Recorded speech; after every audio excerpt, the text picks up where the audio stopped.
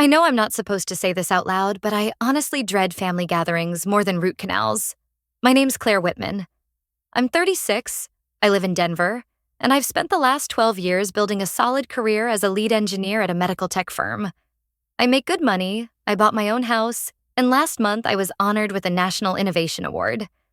But none of that has ever mattered to my family, especially not compared to her. Her name is Avery Monroe, my cousin. At least that's what I grew up believing. This isn't one of those stories where someone's jealous of the pretty popular girl. I actually liked Avery when we were kids. She was sweet, funny, and she used to sneak extra cookies to my room when I got grounded. But somewhere around the time we both turned 14, everything shifted. She became the golden child, and I became wallpaper.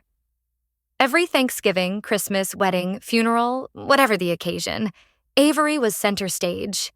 Her dance recitals, her debate wins, her leadership potential. Meanwhile, I was the kid who liked robots and took apart the toaster once. Guess which one got applause and which one got scolded? My grandma, Margaret Whitman, made it especially clear. She'd kiss Avery on the cheek and tell her how proud she was of her poise, her good choices. Then she'd glance at me and say, "Claire, honey, maybe try smiling more." One year, she even asked if I could try wearing something less practical after I showed up in slacks and boots during a snowstorm. But the real kicker came last week. After months of working 12-hour days, I finally got a personal email from the National Biomedical Engineering Association. They'd chosen me for their Innovator of the Year award, out of thousands of candidates. It was the biggest achievement of my career. I cried, not out of pride, but because I thought maybe this time my family might actually care. I shared the news in our family group chat, attaching a photo from the awards ceremony. Not one response. 4 hours later, Aunt Sharon, the ever-loyal messenger of Grandma Margaret, posted a photo of Avery and her fiancé holding hands under some vineyard lights in Sonoma. "So proud of our beautiful girl and her future surgeon hubby," she wrote. "Real accomplishments, y'all." That word, real, like mine weren't. And that's when it hit me. This wasn't just about them being old-fashioned or preferring Avery's softer life path.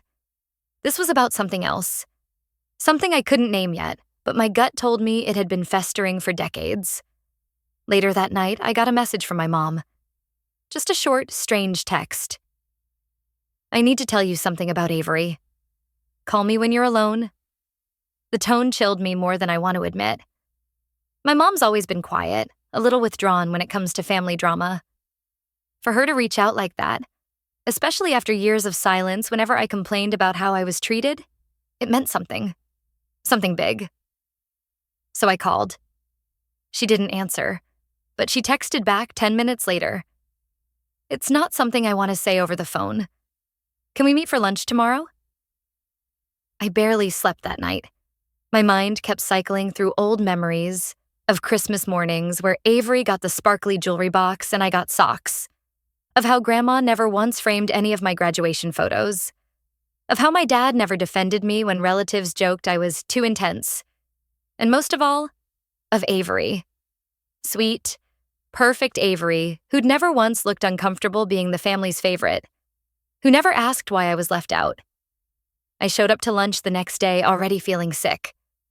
My mom was waiting at the booth, wringing her napkins so tightly her knuckles were white. She didn't even say hello before she blurted, "Claire, Avery isn't just your cousin." I stared at her, confused. She swallowed hard and continued, "She's your half-sister. Your father had an affair with Aunt Sharon right before you were born." And just like that, the world cracked beneath my feet. I didn't even register the waitress pouring water into our glasses. I was still stuck on my mother's voice shaking across the table. "Avery's your half-sister." The world didn't end. It just slowed down, like someone hit pause on the whole restaurant. The forks scraping against plates, the clinking of coffee cups, all of it faded like I was watching it underwater. My throat went dry. "What do you mean, half-sister?" I asked. But I already knew. Mom folded her hands like she was trying to hold herself together.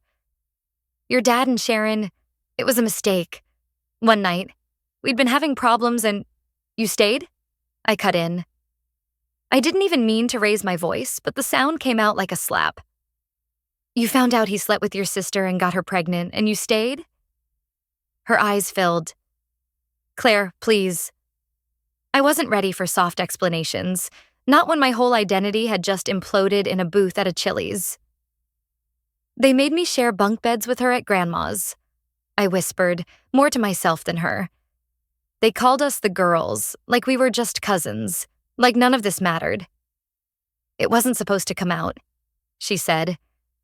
It was agreed. Everyone thought it would be easier. For who? I snapped, because it sure as hell wasn't easier for me. And that was when it all started tumbling in. The years I spent wondering why my dad was so cold to me, while Avery got piano lessons and private school. Why Grandma Margaret never once showed up to my high school graduation, but flew across the country when Avery won a freaking speech tournament. Why at every single family event, I was the afterthought. Oh right, Claire's here too. It wasn't random. It was never random. I pushed my chair back and stood. I need air, I muttered, and stepped out into the parking lot. The sunlight slapped me in the face. Everything felt too bright, too exposed, like the truth had peeled something off me and now everyone could see the raw skin underneath. I sat in my car with the door open, letting the heat of the seat burn into my legs. That pain felt real, and I needed something real right then. 15 minutes later, Mom slipped into the passenger seat without asking. She doesn't know, she said quietly. Avery. She has no idea. I turned to her, stunned. You're telling me she's been living in some perfect bubble while I've been picking myself up off the floor for decades, and she doesn't even know why? Mom nodded. Sharon made Richard promise to keep it secret. It was the only way she'd carry the pregnancy. Richard. I hadn't said my father's first name in years. It tasted bitter. So he raised me knowing I wasn't his, and punished me for it my entire life. Mom didn't reply. She didn't need to. We both knew the answer. And the kicker? They all knew. Grandma, Aunt Sharon, even Uncle Don probably knew. Every time I got brushed aside, every time I felt like a stranger at my own family's table, they let it happen. Because I was the mistake they didn't know what to do with. The living proof of their shame. I drove home in a fog that afternoon, parked in my garage and sat there with the engine off for over an hour, just staring at the dashboard. My hands shook. My heart wouldn't settle. I wanted to scream, or disappear, or both. Instead, I opened my laptop. A week before, on a random hunch, I'd ordered one of those DNA kits.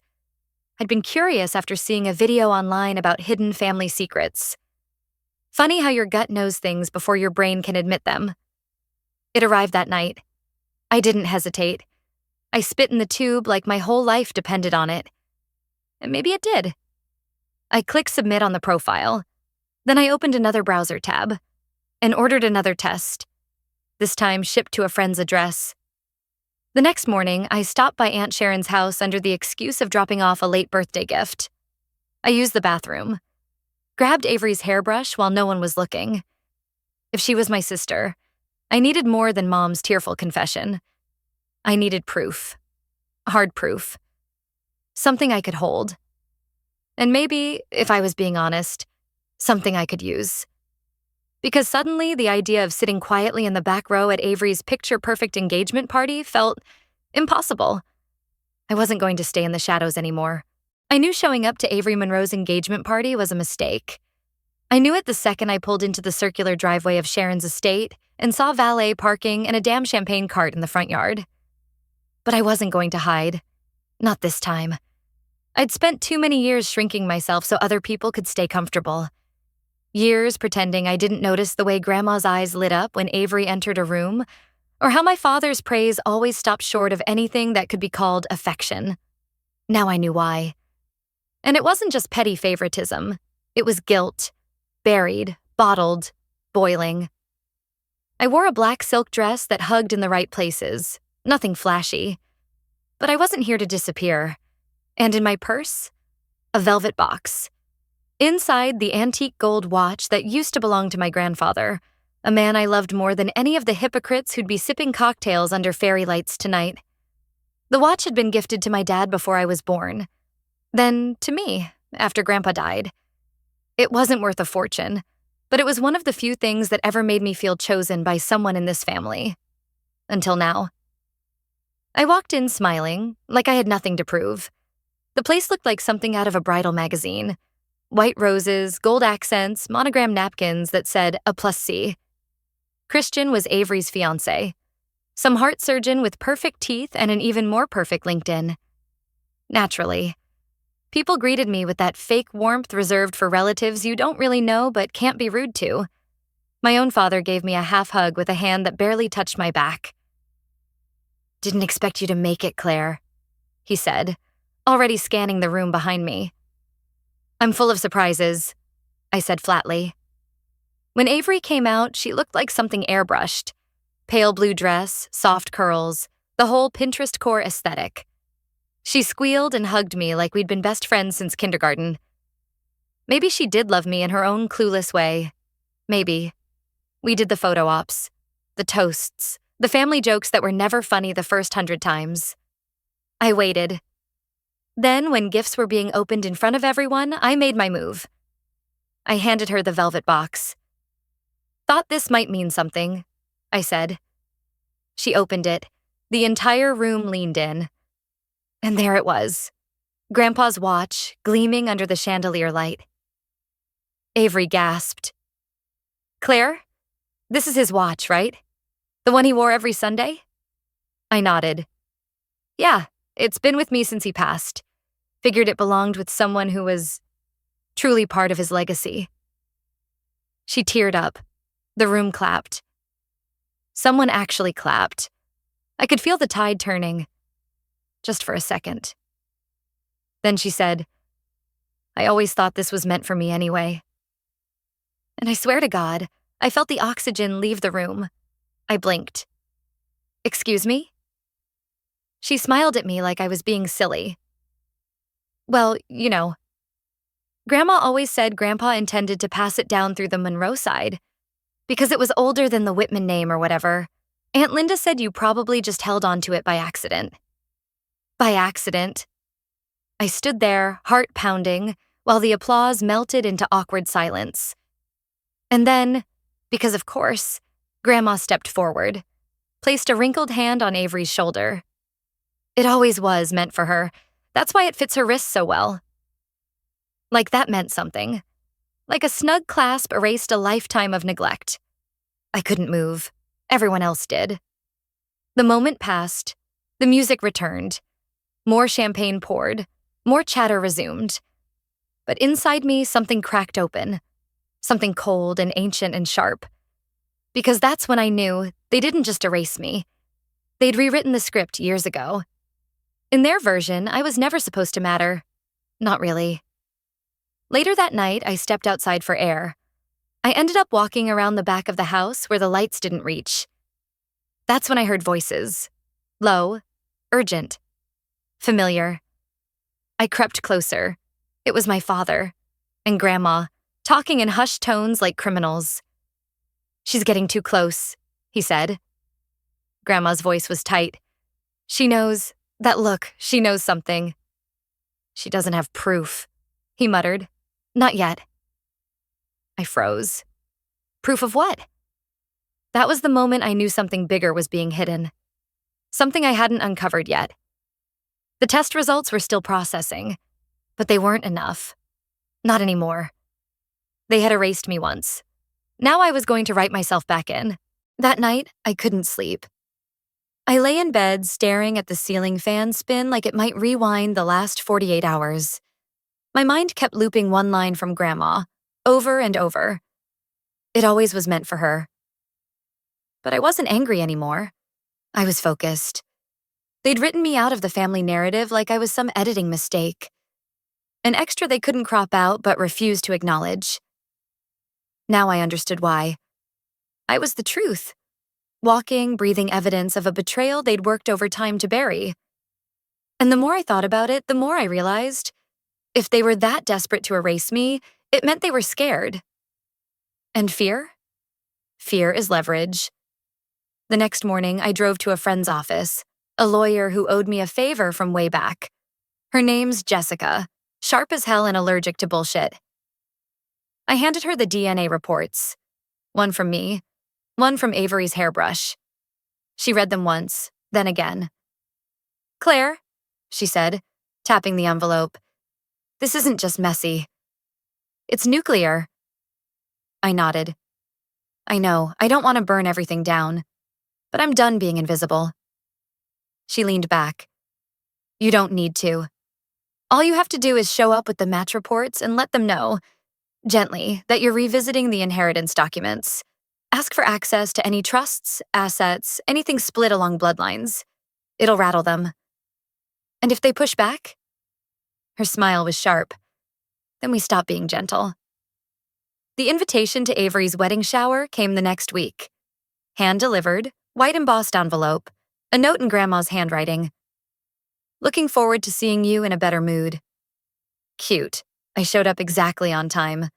Not early, not late. Wearing the same watch Avery had snatched at the engagement party, because technically, legally, it still belonged to me. The moment I walked in, every head turned. I went straight to the main table where Sharon, Grandma, and my father sat like a jury panel. "I wanted to share something with the family," I said calmly, placing a copy of the DNA match on the table. "Turns out Avery and I aren't just cousins. We're half-sisters." Silence. The kind that stretches and snaps. Sharon's mouth opened, then closed. My father went white. Grandma's hands gripped her napkin like it might save her. "I figured you all already knew," I added.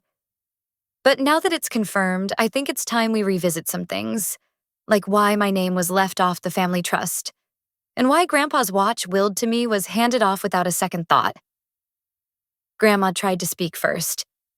"Claire, this isn't the place." "It's the perfect place," I cut in, "because you've never let me be part of the conversation. This time, you're going to listen." I didn't raise my voice.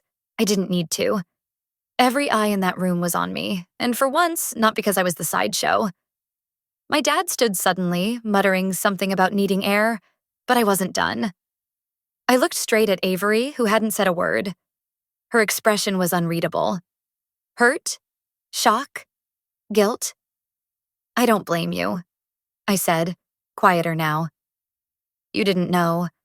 But now you do, and I suggest you start asking the same questions I am. Because if they lied to me for 36 years, what makes you think they've been honest with you?" Then I walked away. I'd made it halfway across the garden when Jessica called. "Check your email," she said, breathless. "Now." I pulled out my phone. Subject line, "Whitman Family Trust, sealed addendum." She'd found it. A document buried in a storage database. Dated 2 months before Grandpa died. I opened the attachment. And I swear to God, my knees buckled. It wasn't just about money. It wasn't just about the watch. It was a handwritten letter. From Grandpa. Witnessed. Signed. Leaving 50% of the family trust to my granddaughter, Claire Whitman, whose spirit reminds me of everything this family once stood for. Not Avery. Not Sharon. Me. They hadn't just erased me from the story. They'd stolen the ending. I didn't sleep that night. I sat on the floor of my bedroom, barefoot, laptop open, just staring at my grandfather's letter. Not just the legal clause, the words. Whose spirit reminds me of everything this family once stood for. He saw me, when no one else did, when I thought I was invisible even to him. By sunrise, the grief had twisted into something cleaner, sharper. I wasn't going to scream or burn bridges. I was going to walk straight through the front door of everything they built and take back what was always mine. The next day, my lawyer filed a petition to reopen the Whitman Family Trust. Jessica was surgical. Cool. Ruthless. Within 72 hours, we had a court date, a media silence request, and a quiet but formal notification sent to every stakeholder in the estate. The phone calls started immediately. My father called 3 times in a row, then Sharon, then my cousin Jenna, who hadn't texted me since 2016 but suddenly wanted to catch up. I ignored them all. Avery didn't call, but she did send a message. Just one line. "I believe you." And that hit harder than I expected. The hearing was closed to the public, but packed with family. I didn't look at any of them when I walked in. I wore a navy suit, my hair tied back, no jewelry except the watch. My watch. They tried to contest the letter, said Grandpa had early signs of dementia, claimed the addendum had been confused with the draft. But then Jessica dropped the bomb. Video footage. Grandpa had recorded a message with his estate attorney explaining why he'd chosen me. The room went dead quiet as the TV played. His voice was frail but clear.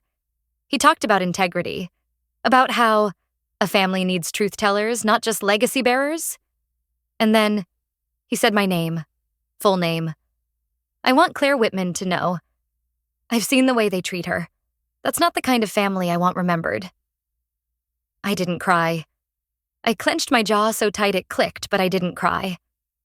The judge ruled in my favor. 50% of the trust assets were reinstated under my name, effective immediately. Grandma went pale. Sharon whispered something venomous to her lawyer. My father just stared ahead like if he didn't blink, none of it was happening. After the ruling, I walked past them without slowing down. No gloating. No final words. Just presence. That was enough. The story went quiet after that. Whispers in the family circle. Some relationships dissolved, others shifted. Avery reached out once more, months later, asked to meet. We got coffee. No big apology. Just honesty. She'd had suspicions too. We're not close, but we're real now. And maybe that's better. My father hasn't spoken to me since. I'm okay with that. I don't think I ever had a father in the first place. Just a man who resented my existence because it reminded him of everything he couldn't control. But the real ending? I sold the watch. Not out of anger, out of closure. I used the money to start a scholarship for young women in engineering, especially those who came from families like mine, ones that made them feel like outsiders in their own homes. I didn't just get justice. I rewrote the ending. For years, I thought silence was strength, that keeping my head down and pushing forward was the brave thing. But I've learned, sometimes real strength is in speaking up, in saying, you don't get to tell my story anymore. And if you've ever felt like the background character in your own life, I just want you to know. You can take the pen back. You can. If any of this hit home for you, or if you've ever been the one left out, erased or underestimated, I'd honestly love to hear your story in the comments. This space is for us now. And if you want more stories like this, about healing, reclamation, and quiet revenge that lands, feel free to stick around. You're not alone here. Thanks for listening. Really, sometimes walking away is the victory. But walking away with your name back? That's power.